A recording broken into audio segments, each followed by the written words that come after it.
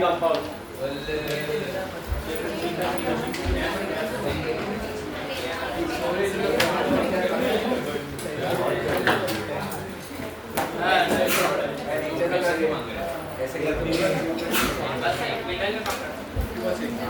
तो बंद कर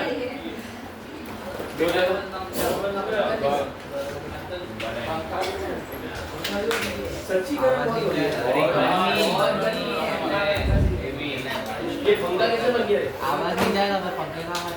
अरे बाहर में जाए चालू कर रहे इधर हम लोग मर रहे हैं तेरे को पंखा में बंद करने के लिए। अरे आगे ना फिर उसको और जोर से पंखे की आवाज जान दे। जगह नहीं है रिकॉर्ड कर रहा है कि क्या कर रहा है?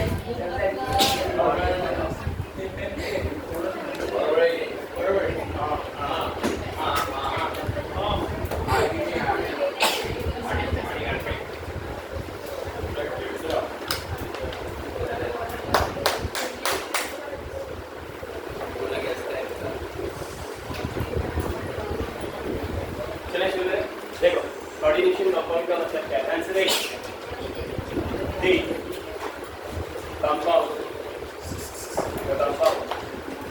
which contain the compound which contain central metal atom or ring and ligand in coordination what एक ऐसा कंपाउंड जिसके अंदर सेंट्रल मेटल एटम और लिगेंड दोनों प्रेजेंट हो उसको ही हम लोग कोऑर्डिनेशन स्फीयर बोलते हैं। एग्जांपल के लिए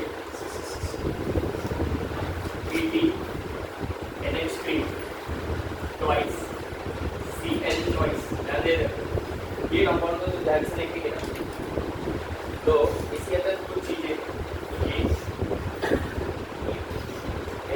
ये जो है प्लैटिनम इसको बोलते हैं सेंट्रल मेटल एटम मेरा सेंट्रल मेटल एटम और ये दोनों के दोनों दिख रहे हैं इन दोनों के दोनों को हम लोग क्या कहते हैं लिगेंड कहते हैं। क्या कहते हैं लिगेंड। हमें लोग ध्यान रखना है कि कोई भी ऐसा कंपाउंड जिसके अंदर सेंट्रल मेटल एटम हो और लिगेंड हो लेकिन ये दोनों कहाँ पे होने चाहिए?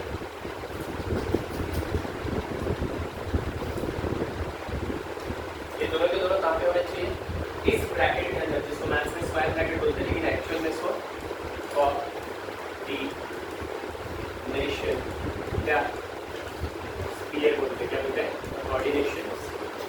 तो ध्यान रखना है ऐसा कोई भी कंपाउंड जिसमें सेंट्रल मेटल एटम और लिगेंड प्रेजेंट है उसको हम लोग आसान भाषा में क्या बोलते हैं? Coordination compound.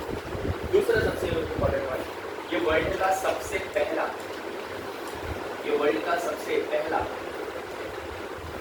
Coordination compound coordination compound. इससे पहले दुनिया में कोई भी कोऑर्डिनेशन कंपाउंड को जानता नहीं था। ये पहला कोऑर्डिनेशन कंपाउंड है जिसको हम लोग सिस्प्लैटिन नाम बोलते हैं। क्या बोलते हैं इसको? सिस्प्लैटिन। अगर आपने बायो पढ़ा होगा तो आपने ये नाम जरूर सुना होगा क्योंकि ये एक एंटी कैंसर ड्रग है। कौन सा ड्रग है?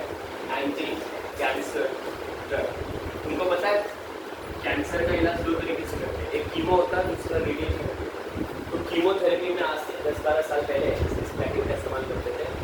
इसको हम लोग जब अपने इसके हिसाब से दिया जाता था। इसका एक सिस्प्लैटिन ये एक एंटी कैंसर ड्रग है। इसको जैसे बॉडी में देते थे तो ये अंदर जाकर फाइट करता था जो भी सेल जा रहा है।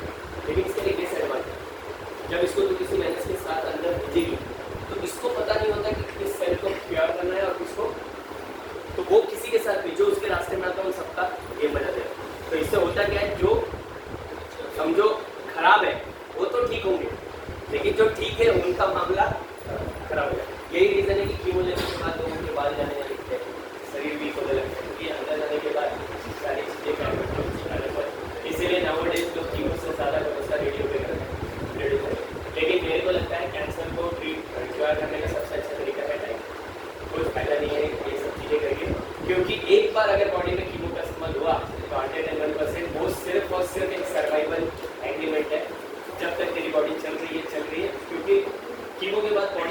पूरी तरीके से खत्म हो जाती है। और उसमें भी लोग 40-40, 50-50 हमने सुना रहेगा कैंसर पेशेंट्स को 25-25, 50-50 कीमो देते हैं। और उसमें भी ब्लड पे जल्दी कीमो काम नहीं करता है, ब्लड कैंसर है तो कीमो कभी नहीं होती। बाकी जब चीज़ों में थोड़ा बहुत इफेक्ट होता है। तो ये वर्ड का पहला ऑर्गेनो मेटालिक कंपाउंड और कोऑर्डिनेशन कंपाउंड। हाँ, एक चीज़ और ध्यान रखना, कोऑर्डिनेशन कंपाउंड जो है इसको सबसे फर्स्ट टाइम जिस बंदे ने दिया था उनका नाम था सर वर्नर, इसीलिए वर्नर को हम लोग फादर ऑफ कोऑर्डिनेशन केमिस्ट्री कहते हैं। वर्नर इनको हम लोग आसान भाषा में फादर ऑफ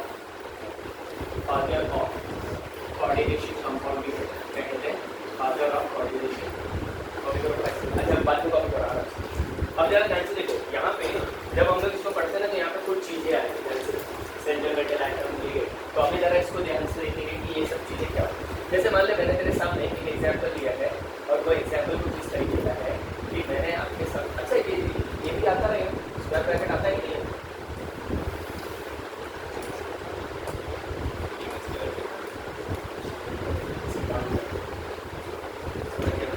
हमको लिखना पड़ेगा CO NH3 how many times? 6 times. और मान लो इधर पे मैंने ले लिया NH3 और लेट्स से यहाँ पे मैंने ले लिया CO। अब तो जरा ध्यान से देखेंगे तो मेरे पास कुछ इंपॉर्टेंट कंपाउंड्स दिख रहे हैं, तो इसको हम लोग जरा लिखते हैं। यहाँ पे क्या क्या है, एक तो ये चीज़ आ रही है और दूसरा क्या है, ये एक कंपोनेंट हमको दिख रहा है, फिर उसके बाद ये एक कंपोनेंट दिख रहा है, फिर उसके बाद तो ध्यान से देखेगा तो ये एक नंबर दिख रहा है ना, यहाँ पे फिर तो ध्यान से देखेंगे तो ये कुछ अपने दिख रहा है ब्रैकेट, फिर तो यहाँ पे ध्यान से देखिएगा तो ये देखो कुछ दिख रहा है, ये कुछ इंपॉर्टेंट पॉइंट। अच्छा मुझे एक बात बता, इन दोनों के बीच में एक मॉड होगा तो दिखाई तो नहीं दे रहा लेकिन होगा जो, अरे हाँ यार कुछ इस तरीके का इन दोनों के बीच। तो अब ये सारी चीज़ें कोऑर्डिनेशन कंपाउंड में होती है। सबसे पहला, जब भी तेरे को स्क्वायर ब्रैकेट के आगे की तरफ कुछ भी लिखा मिले, क्या बोला मैंने, स्क्वायर ब्रैकेट में आगे की तरफ कुछ भी लिखा मिले, उसको आज के बाद हम लोग काउंटर आयन बोलते हैं। कौन सा आयन बोलते हैं? Counter ion. क्या बोलते हैं? Counter ion. काउची लेवल पे इसी को हम लोग कचायन कहते हैं। क्या कहते हैं? कचायन। क्या कहते हैं? कचायन। ठीक है, अब तू जरा ध्यान से देख, तो थोड़ा सा और आगे बढ़ेगा तो तू देखेगा इसके पिछवाड़े हमको कुछ देखने को मिल रहा है। ध्यान से देखो, है ना, इसको हम लोग आयोनाइजेशन स्फीयर कहते हैं। क्या कहते हैं? आयोनाइजेशन स्फीयर कहते हैं। ध्यान देना, स्फीयर बोल रहा हूँ मैं, आयोनाइजेशन स्फीयर, जिसको ग्रॉथ लेवल में क्या कहते हैं? अनायन कहते हैं। क्या कहते हैं? अनायन। अच्छा, किसी भी कोऑर्डिनेशन कंपाउंड में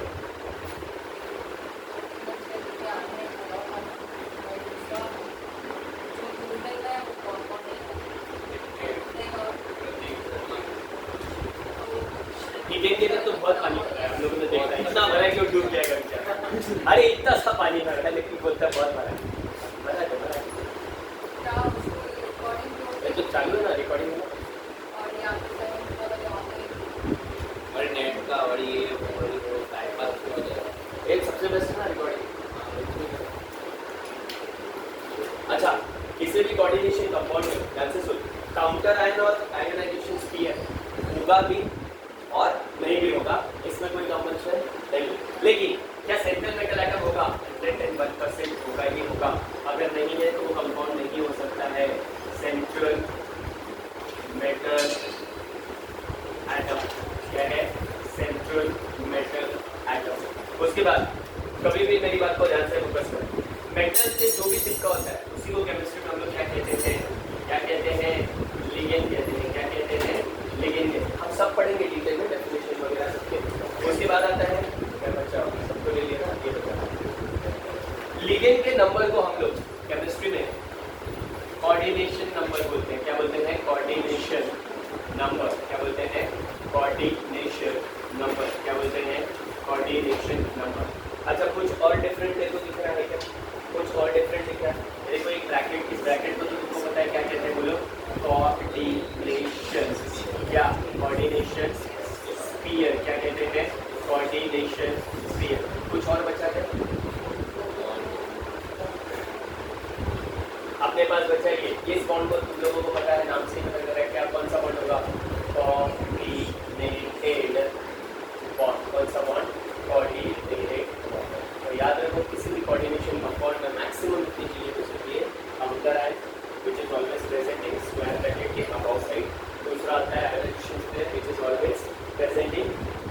स्क्वायर ब्रैकेट के बिलो से, तो पीछे की तरफ, फिर सेंट्रल मेटल एटम होगा, फिर उसके साथ लिगेंड्स होगा, लिगेंड्स के नंबर होगी जिसको कोऑर्डिनेशन नंबर बोलते हैं, और जिसके अंदर ये सिचुएट होगा वो कोऑर्डिनेशन स्फीयर होगा, एंड मेटल और लिगेंड के बीच में जो बॉन्ड होगा उसका हम कौन सा बॉन्ड बोलेंगे, कोऑर्डिनेट। इतनी सारी चीज़ें किसी भी कोऑर्डिनेशन का फॉर्मूला होती है। Note, counter ion and ionisation sphere either express और नॉट, ऐसा कोई कंपल्शन नहीं कि वो होना ही चाहिए, वो भी सकता है नहीं भी हो सकता, पर इसमें क्या हमेशा होगा, central metal atom, ligand and coordination number as well as coordination sphere. और इसको तो बोलने की जरूरत नहीं है क्योंकि मेटल और लिगेंड है या थोड़ा आगे बढ़ गया, लिख ही लेंगे ना मैंने। सबसे पहला सवाल कौन सा आता है? सबसे पहला सवाल आता है क्या? लिगेंड्स। लिगेंड्स क्या?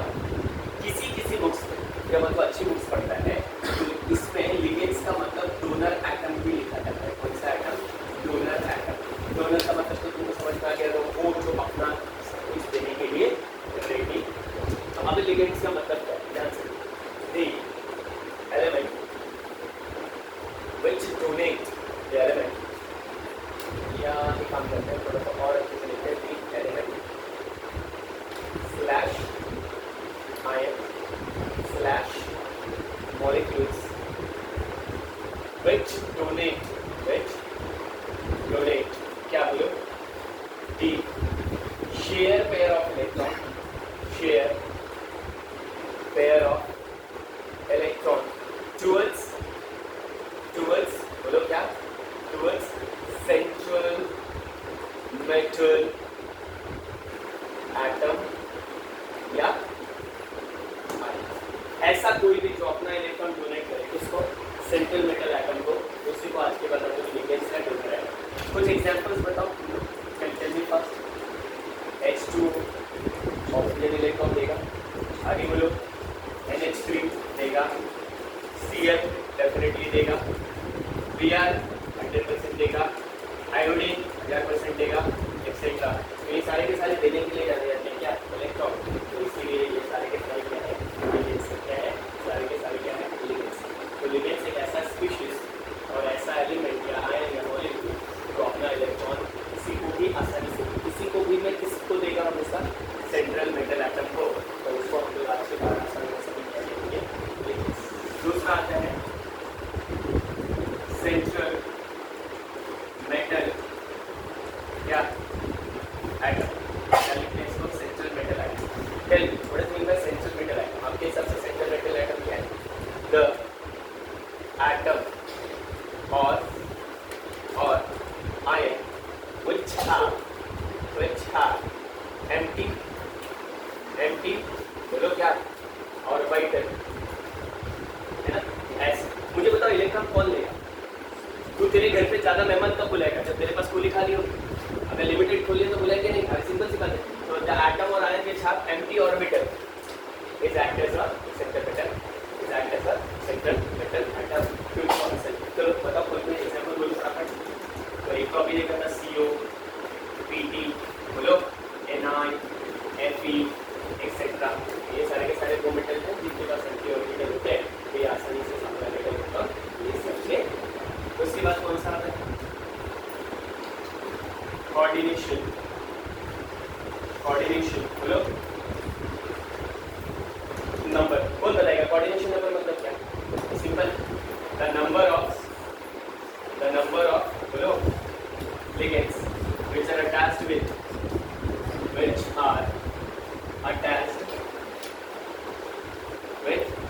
what? Central metal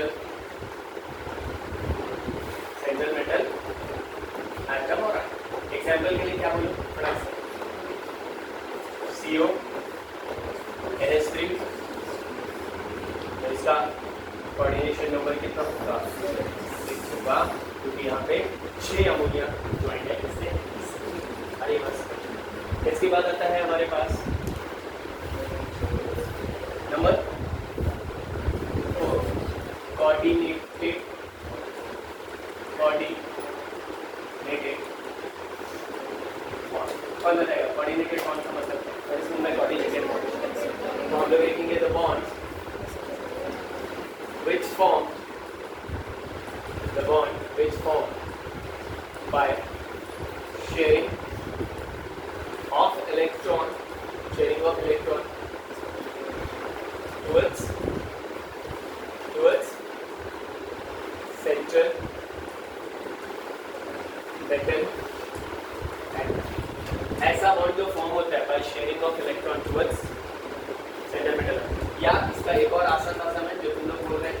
bond present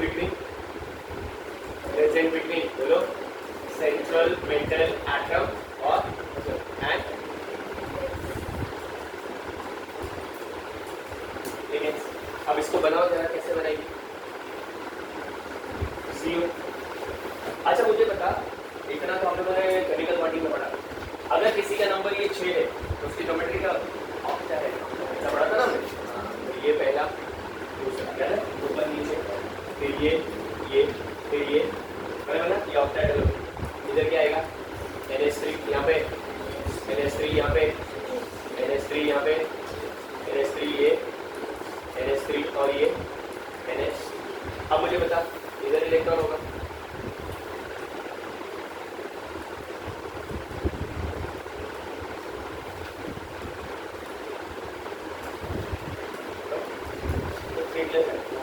तो इसका मतलब है ये जो तुम दे रहा